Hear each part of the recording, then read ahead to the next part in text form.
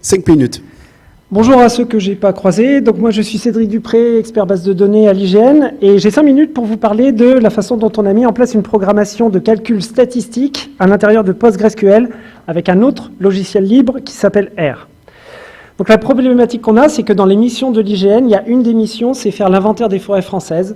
C'est ce que fait l'INSEE avec la population, nous on le fait avec des arbres. Donc on mesure des arbres partout sur le territoire, et à la fin, on met en place des formules bien complexes, comme celles que je vous ai montrées là.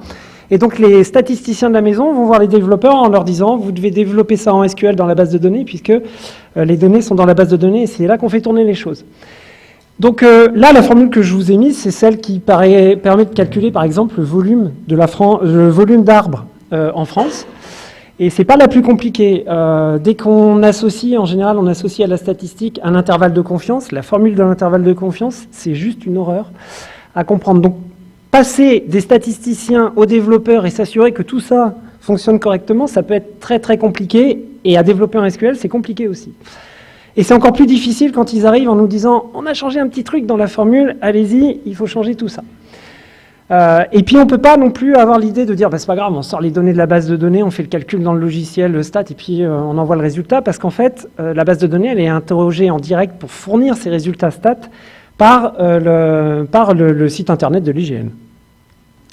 Donc la solution qu'on a trouvée, c'est une extension qui s'appelle PLR. Donc R, c'est quoi? C'est un logiciel et un langage open source dédié aux statistiques et à l'analyse de données. C'est un outil qui est extrêmement extensible, constitué de plein de modules, plein de librairies. Le nombre de librairies augmente de manière exponentielle d'ailleurs. Et il est très utile aussi pour tout ce qui est analyse d'informations spatiales, donc à l'IGN on l'aime bien. Et puis donc les statisticiens chez nous, c'est celui qu'ils utilisent et qu'ils maîtrisent. Et ça tombe bien, il y a une extension qui existe qui permet de faire des fonctions et des procédures stockées dans PostgreSQL, et elle existe depuis très longtemps, puisqu'elle a été développée par Joseph Conway, gros contributeur que je ne présente pas, et elle est disponible depuis la version 7.3, donc 2003. Le seul prérequis qu'il faut, c'est installer le logiciel R sur le serveur de base de données, et si on utilise des modules, il faut installer les modules dans R. Et à titre d'idée, on arrive à diminuer un code SQL pour faire les formules que je vous ai montrées avant, de 900 lignes à 300 lignes, donc à peu près 3 fois moins de code. Donc cette solution, elle a des avantages. D'abord, le code est écrit par les personnes qui maîtrisent les formules en question, c'est-à-dire par les statisticiens.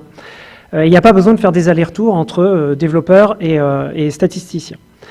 Et puis en plus, c'est hyper simple à mettre en place dans Postgres. En gros, il suffit presque de copier-coller le code R des statisticiens et le mettre dans une fonction.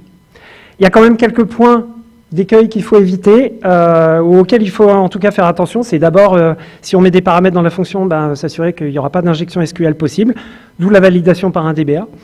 Et puis, vigilance aussi sur R, parce que comme on exécute du R sur le même serveur que PostgreSQL, s'il y a des soucis, on peut vite tomber dans le fameux segmentation fault qui vous fait carrément tomber toute votre instance. Et ce qu'il faut faire aussi, du coup, c'est anticiper les mises à jour du logiciel R et de ses librairies pour éviter notamment cet écueil-là. Et puis le dernier petit point qu'on a remarqué, c'est que les performances sont moins bonnes quand on exécute du code R à l'intérieur d'une fonction dans PostgreSQL que quand c'est du SQL pur, ou même que quand on exécute le même code dans du R pur. Donc là, il y a probablement des petites améliorations possibles. Et voilà. Merci à vous.